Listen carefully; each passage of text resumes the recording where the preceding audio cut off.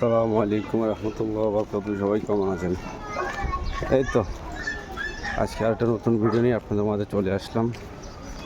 চলুন যাই দেখি এবং ঘুরে আসি। বিসমিল্লাহ নার্সারি,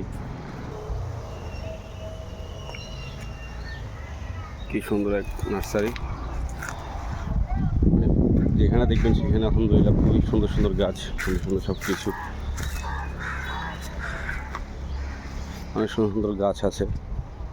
যেখানে দেখতেছি সেখানে বিল্ডিং, যেখানে দেখতেছি সেখানেই বড় বড় দালান করা উঠে যাচ্ছে। সব গাছপালা কেটে ফেলছে।